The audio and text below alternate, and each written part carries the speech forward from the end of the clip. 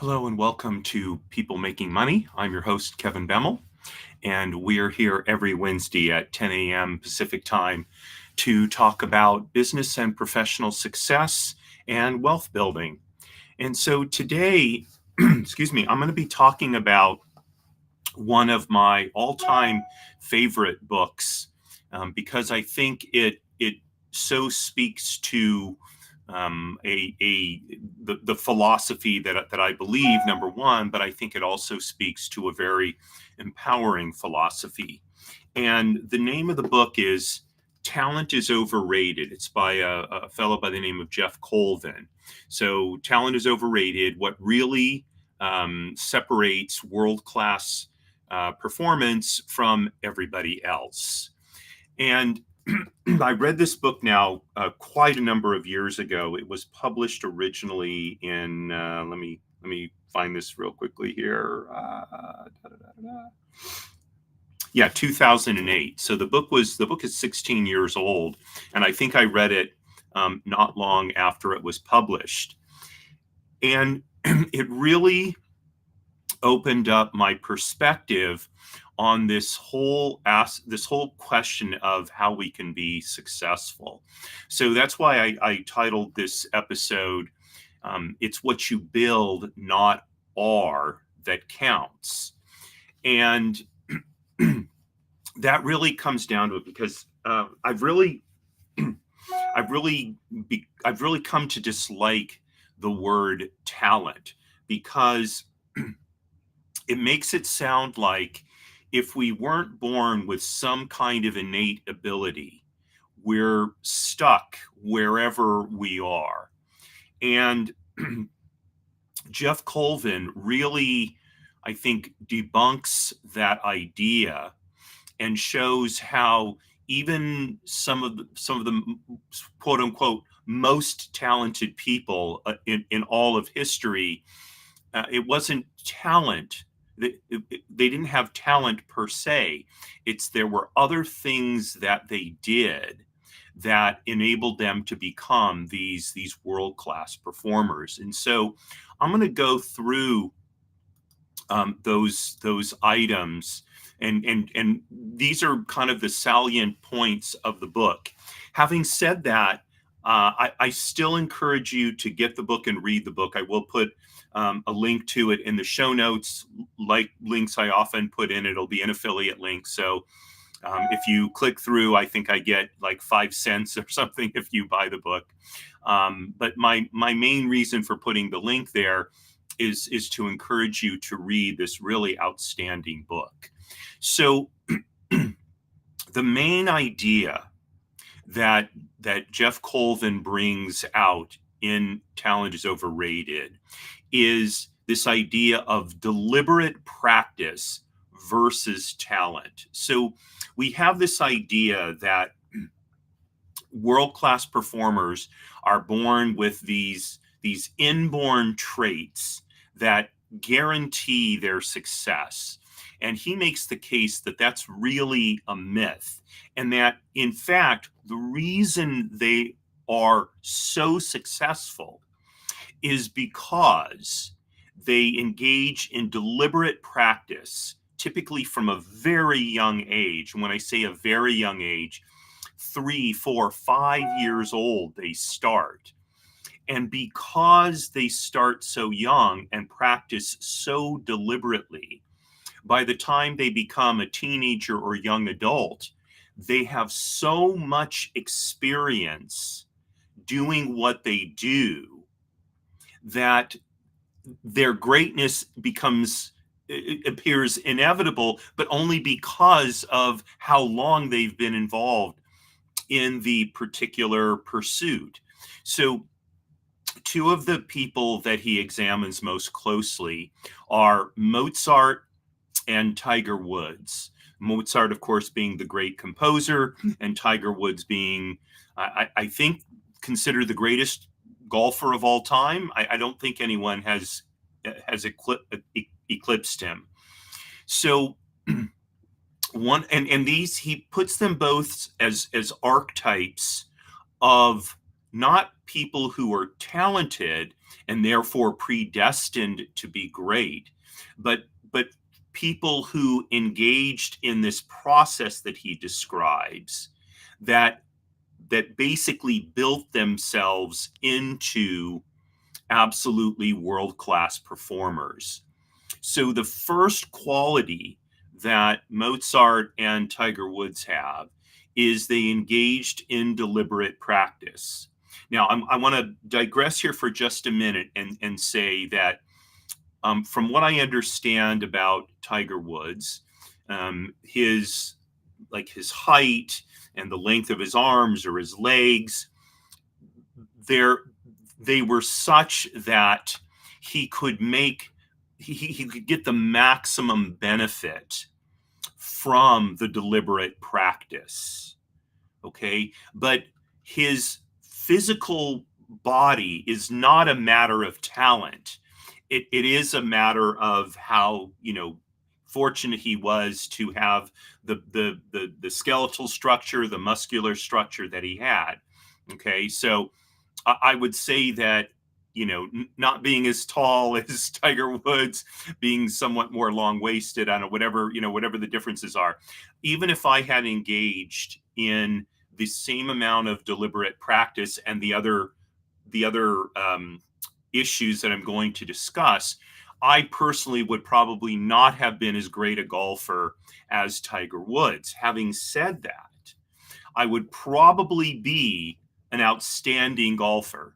I may not have been, the top golfer of all time, but I probably could have been a very credible golfer, perhaps even in the PGA or whatever the new one is, that the new golf league is that that was formed in Saudi Arabia.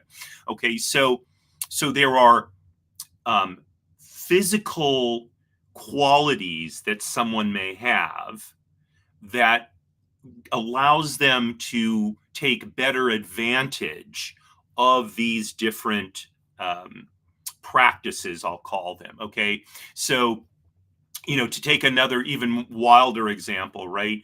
Kareem Abdul-Jabbar, who I think, when I was a kid was probably the greatest basketball player of all time at that time. I know he's no longer considered that. I just don't know who the current basketball players are, right? Kareem Abdul-Jabbar, much taller than me, much more, graceful than I am. His physicality would always mean he was always going to be a vastly superior athlete than I ever would, because I'm short. Okay. When I left the Navy, they told me I wasn't even 5'8" anymore, which was, very disappointing to me. Okay. So what Geoff Colvin is really talking about is these, and the reason I go like this is because I, as is my practice, I write out notes to make sure that I, cover all my points. So these behaviors, if you will, that he describes, they will maximize your potential no matter, who you are. Okay. And if we're talking about something athletic or something that requires some kind of physical manipulation. So Mozart played the keyboard, right? And his fingers may very well, or the spread of his hand or whatever, may very well have been much, better for the instruments he played than mine might have been. I don't know. I don't recall that detail being discussed in Geoff Colvin's book. All I'm saying is, or not all I'm saying is that the point I want to make is the fact that we, each of us as an individual, may not have the physical form that would allow us to be, the absolute number one or in the top 10 people in the world, does not negate what Geoff Colvin is seeking to teach us in his book, Talent is Overrated. Okay. So I wanted to deal with that point up front because, as we talk about these, if you're like me, you're going, yeah, but what about this? What about that? Right. And he addresses those, in the book. And so I wanted to make sure that I brought those to the fore as well. Okay, so again, the first quality is deliberate practice is what makes someone superior as opposed to talent. The second is the role of just plain old hard work. Now, if you caught my show on Monday, I did a special edition for Labor Day, and I read a speech that Dr. Martin Luther King Jr. had given at a junior high school in Philadelphia. And one aspect of the speech that resonated with me most deeply, and if you watch the episode, you'll see after I finished reading the speech, I'm emotional because the words are so powerful. Is, he says to these young people, if all you end up being is a janitor, nonetheless be the best janitor that ever lived, that of those who were born, are currently living, and are yet to be born. He actually uses that language. I think he actually says unborn, but in any event means the same thing. So what he's really saying, I think the essence of that is to work hard at what we do, to dedicate ourselves to hard work. The idea that we are going to be successful or we're going to achieve excellence or greatness without hard work, it never happens. Even people who are so-called, overnight successes, and we hear about these people from time to time. What I found, if we look kind of behind, the the overnight success, is they worked for typically years, and then all of a sudden they got a big break, and now they break through, so to speak. So and I don't think we should be fooled by these TV shows where someone comes on and they sing a song on whatever it is, America's Got Talent, or I don't know, I don't watch the shows, but and then suddenly they're a big star. Their appearance on that show is unlikely to have been the first time they ever performed. They probably started performing as a child, and because that's what it takes in order to become a skilled performer, whether it's a singer, a dancer, whatever. So if you read stories about so a couple months ago, I read a book about Peggy Lee, one of the greatest singers of all time. Peggy Lee started singing when she was a child. Okay. And by the time she was a teenager, she'd been singing for years and years and performing and all that kind of stuff. The same is true of Judy Garland. The same is true of Gene Kelly, one of the great dancers of all time. Same is true of Fred Astaire, Frank Sinatra. Okay. All these people started doing what they did when they were very, very young. And yet, in the case, I'll take Gene Kelly because I know his career pretty well. So Gene Kelly, nobody knew who he was really. He actually ran a dance studio. He was a dance teacher. Came to Hollywood. He was given a part in a movie with Judy Garland called For Me and My Gal. It's a movie set in World War I. And all of a sudden, like, blammo, he was a star, right? And it's an overnight success. Well, an overnight success that he worked at it for 20 some odd years, right?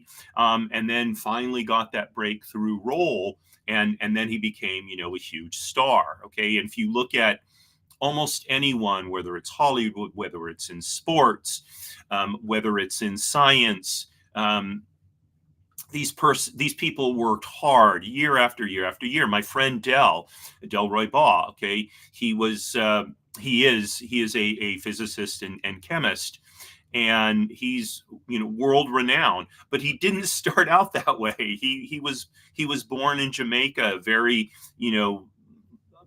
very modest beginnings, and he and his family came to the United States, and he worked hard, and he got into USC, and he studied extremely hard there. I know, because that's where we met in college.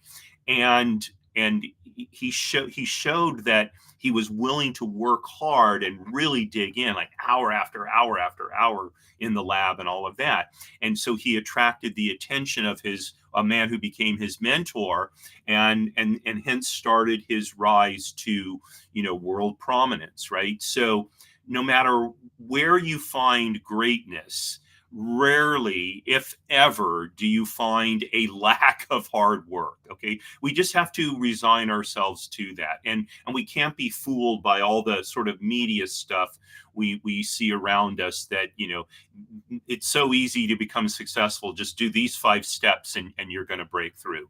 That's just complete nonsense. There is no substitute for hard work. Okay, next is the importance of feedback. So while we can work very hard, okay, just because we're working hard doesn't necessarily mean that we're improving. Okay, that's why we have to have deliberate practice coupled with hard work and sound feedback. Okay, and really, it's those 3 qualities together. Any one of them alone is not going to help us break through. Okay, we can practice deliberately, but if we only do it occasionally, who cares? Okay, if we work hard but we're very scatterbrained about it and we don't get good feedback, the hard work probably isn't going to help us achieve excellence. Okay. And if we get a lot of feedback, but we don't do anything about it, we never practice, we don't work hard. Okay. So we're getting feedback, but we're not putting that feedback to work. And so the person might as well save their breath because we're not taking advantage of it. So it's these 3 together that create the opportunity for greatness. So what is feedback, or what makes it crucial? First of all, it needs to be continuous.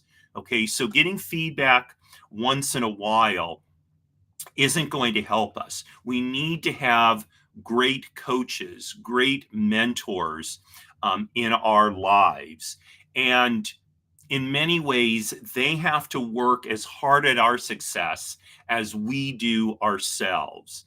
And this is where the examples of Mozart and Tiger Woods, I think, are so crucial. So I'm gonna go through both of their stories a little bit so you can see how these 3 pieces come together. So I'll start with Mozart, the great composer, Amadeus Mozart. So he started playing musical instruments when he was about 3 years old, if you can imagine. I mean, when I was 3 years old, I think I was trying to figure out how to use my toy telephone. Okay, but whatever. So he started at a very young age to practice the various instruments that he eventually mastered. That's number 1. Number 2, he practiced a lot. So by the time he was a teenager, he had practiced more than most people ever practice in an entire lifetime, even a lifetime at that time, which, we think of people dying in their 40s and 50s back then. I mean, some did, but people lived into their 60s. That was still a normal age to live to. The reason the median age was so low is because there were a lot of children died, and so that skews the median age downward. Okay, but like I said, by his mid-teens, he had just practiced so much. He was so far ahead of everybody else because he worked so hard. And number 3, he had one of, if not the greatest teachers that he could possibly have, who was absolutely dedicated to his success. Now, that person was his father. So his father was a very good musician and composer himself, nothing near what Mozart was. But what his father really was an absolutely outstanding coach and mentor. And so he was, from a very early age, able to take Amadeus Mozart, under his wing and give him the kind of continuous feedback his son needed in order to achieve absolute world class excellence. Okay, so and by the way, you may have heard, Mozart wrote his first symphony when he was like 5 years old or something like that. Okay, so you're saying, well, that obviously he was a genius. That's talent. Well, not really, because his early works were derivative of other composers' works. He really didn't do anything that was original until his very, very, very late teens or early 20s. The things he wrote before that, it's very likely that his father was heavily involved in helping him write those compositions. And like I said, they were based on other very high quality compositions. So I'm not saying he plagiarized per se. It was very common in those times to do riffs on other people's work, just like it is today. Okay, but that's different than his actual works of genius that came out of Mozart as already a young man. The things we know, like Dr. Faustus, and I'm trying to think of some of his other famous works. The symphonies he wrote, the concertos, etc. All of his truly great work really started, like I said, kind of late teens, early 20s. Okay, what is really the genius about him? So there was nothing genius about the stuff he was writing as a child. It was pretty pedestrian stuff. And that's because he hadn't matured yet. He didn't have enough deliberate practice matched with hard work and the kind of continuous feedback that his father gave him. But after roughly 15 years of working that three-part system, Mozart became the genius that he's known to be. Okay, but it wasn't innate talent that did it. It was those three factors. Now, for Tiger Woods as well, it was very much the same thing. So he started playing golf. I believe it. Again, Geoff Colvin talks about this in his book. I think he started playing golf when he was like 5 years old. Right? I mean, he had special, kid-sized clubs that his father got him, and he played a lot of golf. And like Mozart, Tiger Woods had an absolute outstanding coach and mentor, his father, who was absolutely dedicated to his son being a world-class golfer and giving him the kind of continuous feedback, continuous mentorship that Tiger Woods needed. And so by the time Tiger Woods was a teenager, he had played far more golf than most people ever do in their lifetimes, let alone by the time they're, whatever he was, 14, 15 years old. And so this is what helped propel him to be the absolutely quintessential golfer of all time. Okay. Now, again, that's not to discount, again, the fact that the form of his physical body was such that he could, make the absolute best use of the deliberate practice that he did, the hard work that he exercised, and the continuous feedback that he got. All of that made him, who had, whose physicality was, absolutely right for an outstanding golfer. Okay. But just because, you have the right body shape to be an outstanding golfer, that doesn't mean anything without these three qualities: deliberate practice, hard work, and continuous feedback. So those are the three qualities that really are behind what we call talent.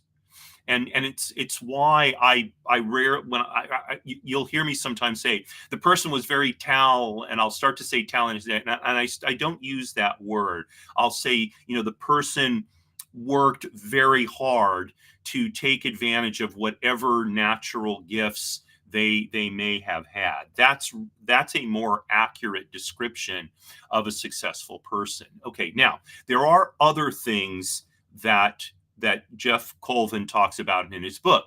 And one of them is the role of motivation. Now, this is the difficult one. And one of the reasons why I so love this book is because Geoff Colvin, he acknowledges where there are difficulties with his ideas, and the role of motivation is one of those, because one of the questions he asked was, well, where did the motivation for Mozart and Tiger Woods to engage in the deliberate practice and hard work and to absorb the continuous feedback, where did that motivation come from?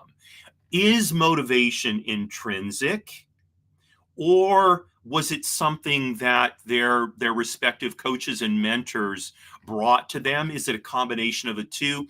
That's an area that that Colvin acknowledges needs more investigation to figure out where that comes from. And look, I'll be the first one to acknowledge, I am not as motivated as Mozart or Tiger Woods. So I've been over the years teaching myself to play the ukulele, and I went through a period when I practiced pretty much every day, sometimes for as much as an hour a day. Okay, and you say, wow, that sounds like a lot. Well, I mean, it was for me, but it's nowhere near what I would have needed to do to become, good at playing the ukulele, number one. And number two, I didn't start playing the ukulele until I was 57, right? So, anyone who started earlier would definitely have the advantage on me. This is what I will tell you. In 3 years of deliberate practice and hard work, and probably frankly inadequate feedback, that was the one area that I wasn't getting well enough, although a friend of mine from high school did teach me for a while. I learned to play it, pretty well. I mean, I could bang out some songs, and I enjoyed it. And if you heard me do Let Your Love Grow, the song made famous by the Bellamy Brothers, you might have thought, hey, this guy's not bad, right? So even just following Geoff Colvin's advice, we can become not bad. The difference between becoming not bad and becoming world class comes down, at least in part, to motivation. And again, he acknowledges where that comes from. Is it intrinsic? Is it something outside? That's something that he hadn't figured out at the time he read the book. I'm not sure if that is something that'll ever be figured out. It is something that I look for ideas and thoughts on periodically, and people say, well, goals give you motivation. Well, I mean, yes, I think there is sometimes it does, but the fact of the matter is, to do the kind of hard work and deliberate practice that Mozart and Tiger Woods engaged in, goals, I'm not sure that goals are enough. Their motivation was somehow greater than that. Having said that, we can set goals for ourselves with rewards for meeting those goals, and that can improve our motivation. Okay, and so that's not to say that goals are useless. Quite the contrary. And in fact, if you look behind me at this document right here, right, this is my conditions of satisfaction and goals, and I read them every day, every morning, for a few minutes to remind myself of what they are. And that is one of the ways that I build my motivation. I engage in, if you will, almost a little bit of self-shaming. So as I read them, I say, are you really doing this? And that helps me redouble my effort to achieve these conditions of satisfaction and goals. So goals can become part of your motivation system. Coaches can be part of your motivation system. Obviously, the greater the coach, the greater their ability to motivate their players or the people they're coaching. Is that enough? I don't know. I was not Mozart or Tiger Woods, right? So, and I'm never going to have a chance to talk to Mozart, but I've never met Tiger Woods. I would love to and talk to him about that, and get his thoughts on that, because obviously, if there is a genius to Tiger, if there's an unknowable genius to Tiger Woods, it's how were you motivated from 5 years old to work so hard to become a great golfer? Okay, next one is there is no shortcut. I alluded to this earlier. Okay, if you want to achieve success, greatness, it's a long-term commitment. It's not something that you're going to gain in a month or 6 months or a year even. It's a multi-year function. So this is a conversation I had many, many times with my daughter. And it kind of mystified me, because she wants to become a great writer, okay? And yet her motivation slides, and yet she is an absolutely outstanding artist. She draws incredibly well with a fluidity of hand motion that is really astonishing. And one of the reasons she's able to do that is she started drawing from, I think, the time she was 3 years old, and has in many ways engaged in deliberate practice and hard work. And she got continuous feedback. Now, not from me, because I'm a washout as an artist, not from her mother either. It really came through either teachers, or she had different drawing programs on an iPad that all helped her learn to do it better. She watched videos on it. So she found her feedback sources from sources that engaged her, basically. And she continues to be an absolutely outstanding artist to this day. So what's interesting is, having seen this system work for her, she's struggled to apply it to her writing. And maybe that's because I'm just speculating now. Maybe it's because she didn't start writing until she was older. She was already, in grade school. I think she was already fifth, sixth grade when she really started to want to get into writing. And so at that point, she was already 9, 10 years old, 11 years old, something like that. And I don't know, maybe that was too late for her to start on something that takes such dedication. I don't know. I'm throwing these ideas out for us to ponder. But there is no question that there is no shortcutting this process. So one of the things that Geoff Colvin talks about is the 10,000 hour rule. This is not something he created.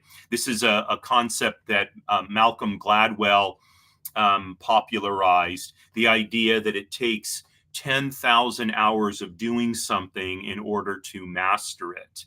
And going back to Mozart and Tiger Woods. So if you think about it, if you practice, let's say 5 hours a day, let's say 5 days a week. Okay, so that's 250 days a year times 5. That's 1,250 hours of practice a year.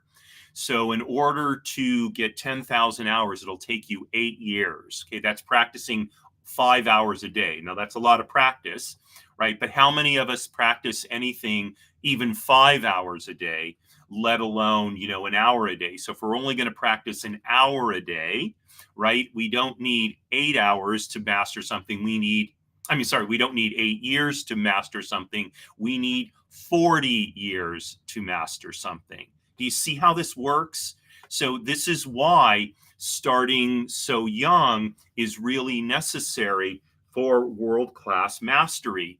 Because if you're going to get better than most people at an age where you can, especially in something athletic, where age, and the agility and such that comes with youth is important, you're going to have to start very, very young. Otherwise, if you start when you're already 15 and you practice maybe 2 hours a day, then you're going to reach mastery when you're 35, which is already, that's getting on the older side for an athlete, if you see what I'm saying.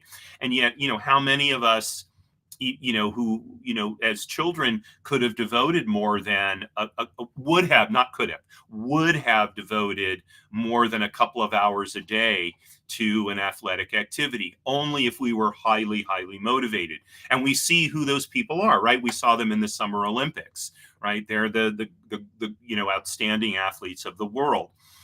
Believe me, these teenagers and young adults, they didn't only practice 2 hours a day, 5 days a week, probably more like 3, 4, 5 hours a day, 5 to 7 days a week, right? And that's how they were able to reach mastery at such a young age. So there is no shortcut.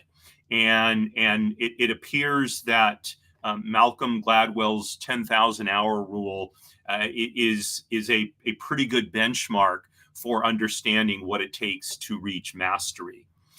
Finally, or not finally, but next, their organizations play a role in helping us achieve success, achieve even mastery, right? So when you look at the outstanding gymnasts, for example, or the outstanding skaters, oftentimes they are part of clubs or organizations that have a history of helping young people develop the level of mastery that it takes to become an Olympic level athlete. Okay. And one of the reasons is, I think, that being around other people who are similarly motivated and have similar goals and are engaged in a similar level in terms of amount and quality of activity, that raises the tide altogether, so that organizational structure supports all these other aspects that help us create what eventually comes to be called talent, but it was what is really something that we've built, not something we were born with. So I think, and this applies, I think, to all of us. So if you run a business or you have a professional practice and you have other people involved with it, I think it's imperative that we create a culture of learning, a culture of supporting professional growth, a culture of supporting intellectual growth in our organization. So while if we start our professional careers in our 20s, we may not have the time to become the absolute world masters in whatever our chosen profession is, fine, but that doesn't mean we won't benefit from being part of an organization that supports our working toward an ever higher level of achievement, working toward excellence, toward mastery. Those are all for our benefits. And as we help each member of our organization benefit, so then the organization benefits as well. So there's nothing sadder, I think, than being part of an organization where the message from the top down seems to be that they don't, the senior people don't want to be eclipsed by the more junior people. I just think I do not want, I would never want to be a part of an organization like that. And by the way, when I was in the Navy, there were I did I did work in a unit one time where the commanding officer of the unit made it clear that he was going to be the top person always, and he would do things purposely to be intimidating about his athletic prowess or whatever. Which and frankly, that kind of behavior, I found it to be absolutely repugnant. And he was widely held to be an absolutely horrible leader, even though he fancied himself quite the great leader. You didn't dare speak that if you were assigned to his unit, because he would destroy you. But where on the base where his unit was located, if you talk to people outside of his command, they thought the guy was just an idiot, because of the way he had to make everybody in the unit feel that he was the most talented or the most superior person in the unit. Right? What a horrible environment in which to work. It was the absolute worst job I had in the Navy. And to this day, I absolutely, frankly, revile this person, because, look, for me, I was an older guy, whatever. But for the young people who were in his unit, he did not instill in those people the idea that they could become an even greater sailor, an even greater leader than he was. Quite the contrary. His goal was to stamp that out. And what a terrible thing to do, both for these young people and for our country, right? Who we need people in our military who are encouraged to excel. So being in the kind of organization that supports the growth to excellence is a crucial factor in being able to engage in deliberate practice, in being able to work hard and see that hard work is rewarded, and to get that continuous feedback, right? So a lot of people, we're very, me too, sometimes we're very sensitive to criticism. So to absorb critical, continuous feedback, it can be a difficult thing. But if we're part of an organization where we see that feedback is being given to us to help us improve and help us reach ever higher in our professional achievements, and it's part of the culture, and it's not being done to push us down, but to help us move up. So you can see how a growth-minded organization, and when I say growth-minded, I mean personal growth-minded organization, really becomes the environment in which the so-called talent of people can be developed. Finally, and this is kind of the conclusion that Geoff Colvin draws from his book, and this is really the conclusion that I draw and that I do my best to bring to my work, especially my shows, especially this show, People Making Money, which is kind of a tongue-in-cheek title, as I've mentioned before, and that is, far more important than any innate quality that we may have, innate intelligence, innate physicality, whatever, is the idea that we need to pursue education, we need to pursue skills, we need to pursue experiences. Now, when I say pursue education, I mean that in a very broad sense. I don't mean necessarily going to college, because for the fact of the matter is, as we can see by the job market, there are too many undergraduate college graduates at this point. There may even be too many, people with master's degrees coming out of colleges. So while it's fine to go to college, and and not have the intention for that to be useful in helping you get a job or whatever. So fine. I mean, the fact of the matter is, college used to be a place that people went to for intellectual growth, not for job training. It's in the last kind of half century that college has become much more focused on job training. And with the rise of things like AI and such, a lot of those jobs that colleges train us for, um, they may not be what we thought they were going to be going forward. So when I talk about education, what I mean is learning new things, the ability to develop.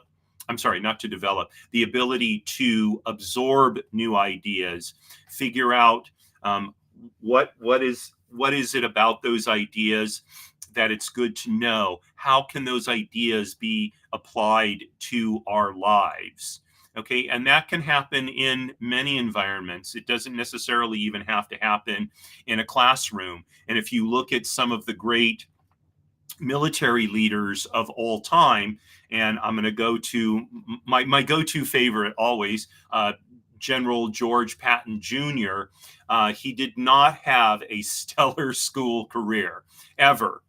What he did have was a desire to educate himself. He taught himself to become a voracious reader.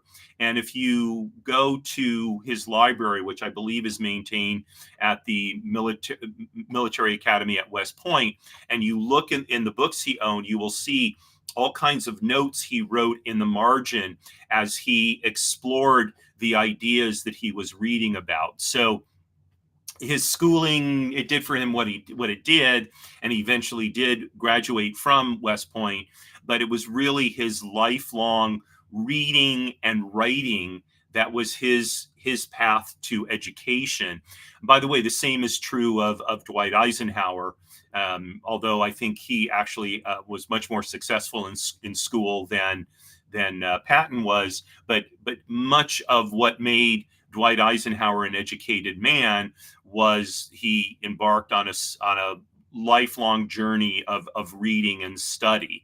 And that was a very common thing. I think more common then than it is today. Nonetheless, there are millions upon millions of learning opportunities on the internet, whether it's videos on YouTube. I hope I'm making a small contribution to that. Whether it's other websites, whether it's online courses, all of these things give us virtually unlimited opportunities to educate ourselves. So that's number one. Number two, the same is true of developing skills. Okay, so some skills we may not like. I would love to become a gifted horseman. Frankly, I've always loved horses. I've loved riding horses. Probably at this point in my life, I'm not going to. Riding horses can be an expensive thing to do unless you happen to live in an area where there are a lot of horses around, or maybe you live on a ranch or something like that. So there can be constraints on gaining some of the skills that we want. But when it comes to technical skills, when it comes to intellectual skills, many of these can be mastered. They're not. Let me take a step. Many of these are not financially costly to be mastered. Number one, and number two, there are grants and scholarships and funding mechanisms out there that can avail us of the opportunity to develop these skills. Maybe the organization we work for has a program where of skill development, and they'll support us in that. So number two is skill development, and number three is gaining experience. And a lot of gaining experience means being willing to put ourselves out there, maybe bite off a little bit more than we can chew, and risk, not being 100% successful, so that we can get more experience. We can learn from what we did wrong. And again, this is this gets back to the organization.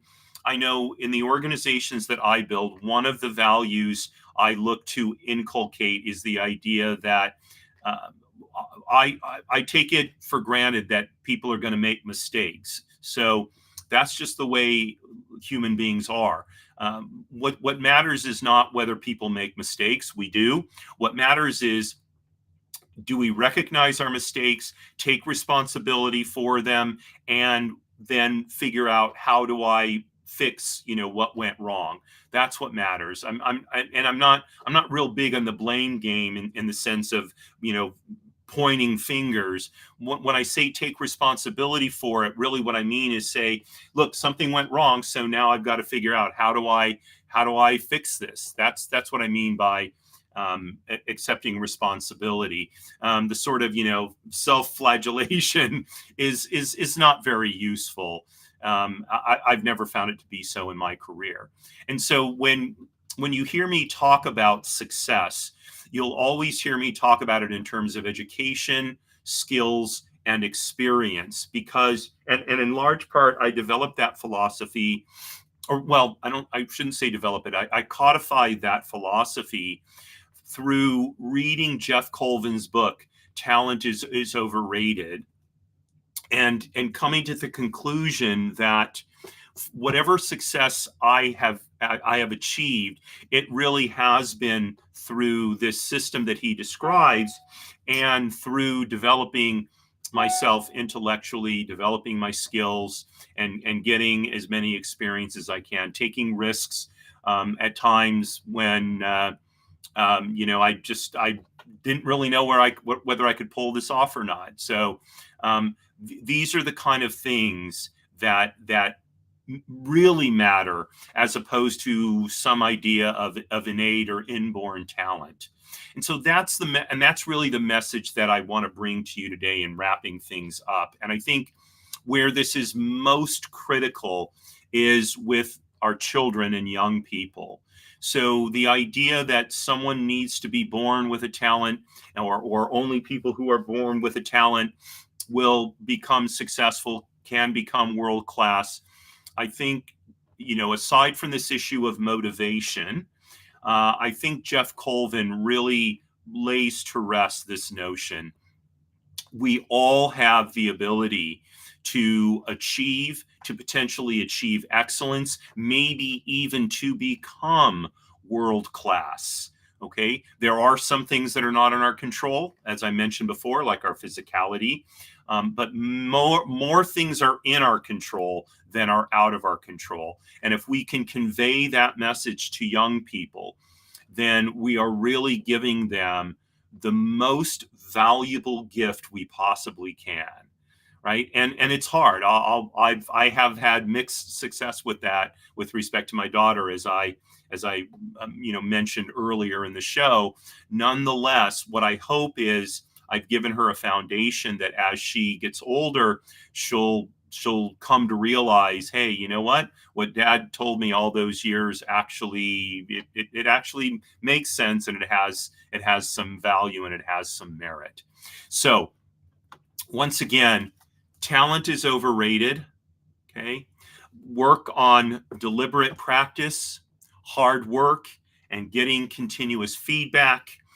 Figure out what will motivate you. Realize there are no shortcuts. It probably is going to take 10,000 hours of deliberate practice to master a particular subject. Put yourself in an organization that will support your goal of achieving excellence. And finally, define success by your education, your skills, and your experiences, not by some other inherent talent or something like that. So thank you very much for joining me today. I hope you got something valuable out of this show. This wraps things up for this week. And so next week on Monday at 10 a.m. Pacific time is my show, Trust and Estates Weekly. My guest is my very good friend, Bill Gross. Bill is going to be talking about the changes in the real estate industry as a result of the antitrust case against the National Association of Realtors, and it's changing the way real estate agents represent their clients. Bill is one of the most knowledgeable people on this subject. And so I encourage you to tune in and hear how things are going to work going forward. And then on Tuesday at 10 a.m. Pacific time is my show, Business Lessons from the Military. And then 1 week from today will be the next edition of People Making Money. And then next week on Thursday at 5 p.m. is my every other week show, Jiggers' Place. This is an opportunity for us as the week is coming to a close to have a cocktail, relax, and talk about all those things in life not having to do with our businesses and professions. So I invite you to join me again next Thursday, 5 p.m. Pacific time, to relax and talk about all the other aspects of life and come back to, in many ways, the roots of the Way to Wow shows. So thank you so much for joining me. Wishing you both a wonderful rest of the day and a wonderful rest of the week. And signing off as I always do. Marie, darling, I miss you so, so much. You are my belle. Courage at all times.